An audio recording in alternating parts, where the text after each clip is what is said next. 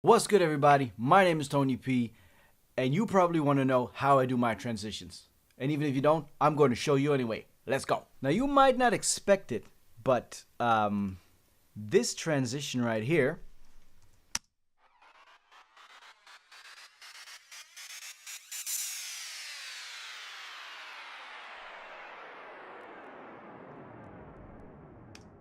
sounds pretty badass. And the source of this transition was just one sound, and I'll show you right here.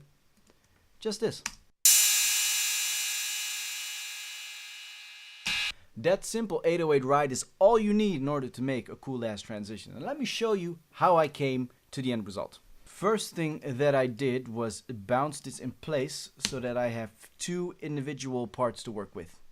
So in this case, I'm going to just double click that and function reverse it.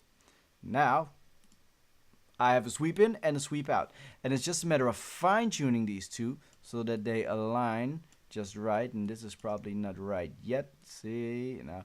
And usually I shave a bit off here and I shave a bit off there, and then I just get it as close as possible, as well as this.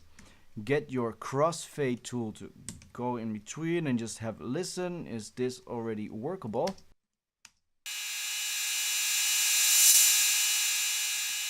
Now that is very workable. That is extremely workable. Next step, in order for this to get that little extra little bit of creativity, is a sweep in again all the way and a sweep out all the way. Now on this one, as you can see here, it's set to fade in. You want to set this to speed up, and this one is set to fade out, so you want to let this slow down. Now all of a sudden it sounds like this.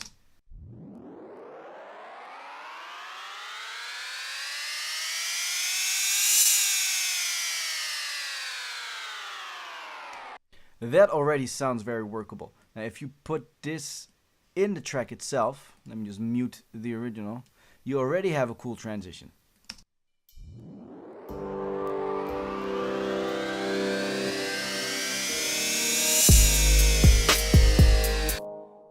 You have to be honest, that's already pretty workable. But that's not where I stop. I refuse to stop there already. I want to take it to the next level. So what I'm going to do is render this down to one file so that it's just a bit easier to work with. So once rendered down, duplicated once, that's what I did. They're both the exact same thing, there's no difference. The only real difference is the use of plugins on them. So on the first one, as you can see, there is a crystallizer and a noise gate. Now the noise gate is set to bypass, but it's not always. In this part it's activated, here it's not. As you can see, there's the automation for it. Now what I did with the noise gate is I actually have it triggered by a tiny little hi-hat pattern, and that hi-hat pattern is right here. Let me show you how this works. So by themselves, I have this hi-hat playing.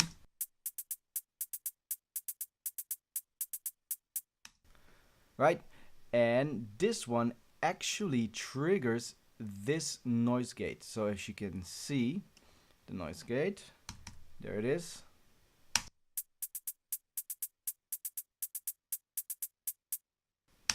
And then it shuts off. Now this one, let me show you how to set it up. So the hi-hats go to bus 11. Now bus 11 you want to mute because you don't actually want to hear this hi-hat. All you wanted to do is trigger this gate. Now if you play them at the same time,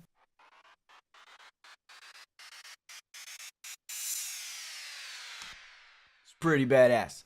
You have to admit, it's pretty badass. If that's how you go from the intro to the verse, you got something going for you. So by themselves, these two, let's play them all together.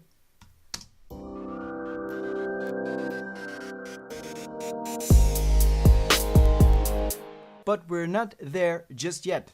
There's a reason why I duplicated it, and that's because on this channel I do a little more creatively.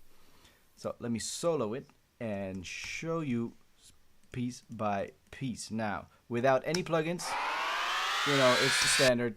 It swoops in and fades out. Now with the crystallizer plugin, you add a little flair to it.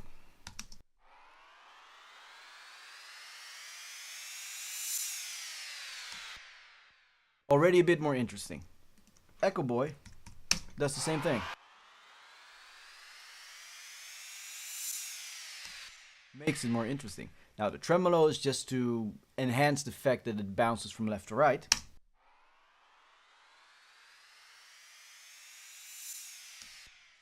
And the flanger just gives it a little extra character.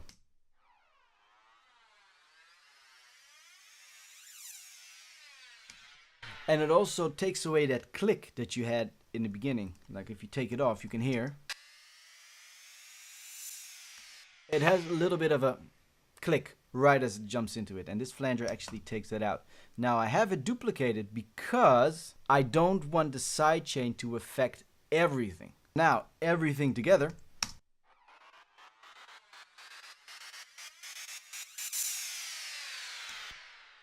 That's basically a transition, and it's a very cool one, and I guarantee you that no one out there has used the exact same technique, the exact same plugins. Therefore this transition is unique to this beat, and that's something special if you think about it. So with that note, I'm going to end this video right here. I hope you guys have enjoyed, and I hope that it was educational. And like I said, please experiment as much as you can. Do stuff that you think you actually shouldn't be doing, because that's the only way you're going to move forward. If you have enjoyed, I would appreciate it if you guys would go ahead and like the video, subscribe if you want to stay up to date on future uploads, and if you have any feedback, leave it down there in the comment section below. If there's another technique you would like me to discuss, if there is another thing you've heard in my beats that you would like me to explain, just leave it all down there. I read and reply to it all, and see you for the next one. Bye.